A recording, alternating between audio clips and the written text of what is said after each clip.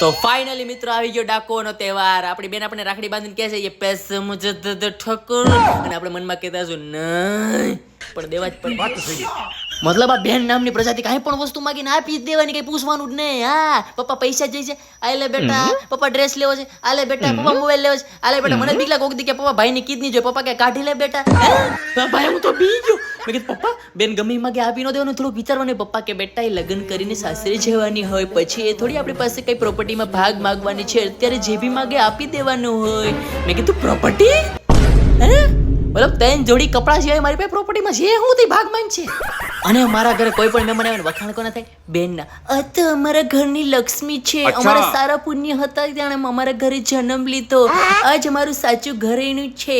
આ લક્ષ્મીએ મારા સુધી કોઈ દી લક્ષ્મી પોગવા નથી દીધી, એનું કોઈ દી વિચાર્યું છે? હે આ તમારું ઘરેણું છે તો મારી પાસે હું કામ હપ્તા ભરાવો છો? અને મારી ઓળખાણ કઈ રીતે થાય?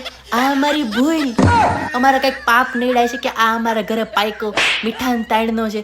મતલબ લોકોના ઘરમાં એકનો એક દીકરો હોય ને એક લોતો હોય, અને હું એ મારા ઘરમાં એક લોટો છું, લોટો. અને ઘરમાં કાંઈ પણ ભાંગે તૂટે ભાંગીને ભૂકો કરી નાખે, પણ નામ કોનું આવે? ભાઈનું. માર કોને ખાવાનો? ભાઈને. શું કામ? કેમ કે હું છોકરો છું. આ કઈ રીઝન હે? મતલબ મારે માર નો ખાવ એટલે મારું જેન્ડર ચેન્જ કરી નાખવાનું. મારી દીકરી વાલનો દરિયો, અમારી દીકરી કોઈ દિવસ સામું બોલે છે નહીં, ઘરનું બધું કામ કરે, એકદમ ગાય છે ગાય. મેં કીધું હે આ મારી બેન ની વાત થઈ? આ મારી જ બેન હે કે આ બીજી છોકરી છે આ લોકોને? મતલબ આટલું બધું ખોટું ન બોલો ને તમે. ભીંડાના શાક ને પનીરનું શાક તો હારું થોડું લાગે. અને હવે તો સાહેબ મને મારા જીજાજી ઉપર દયા આવે. મતલબ નાનપણથી મોટો થયો છું મારી બેન ભેગો, હું એને ઓળખું કેમ સહન કરતા છે મારા જીજાજી. પણ હવે તારા લગ્ન થઈ ગયા પછી મને ઘરમાં ગમતુંય નથી, મારી સાથે ઘર કોઈ રમતુંય નથી. 1 રૂપિયાની ચોકલેટમાંથી બી અડધી મારા માટે બચાવતી, પપ્પાના ગુસ્સો કર્યા પછી મને રોજ હસાવતી. I miss you. Happy Rakshabandhan.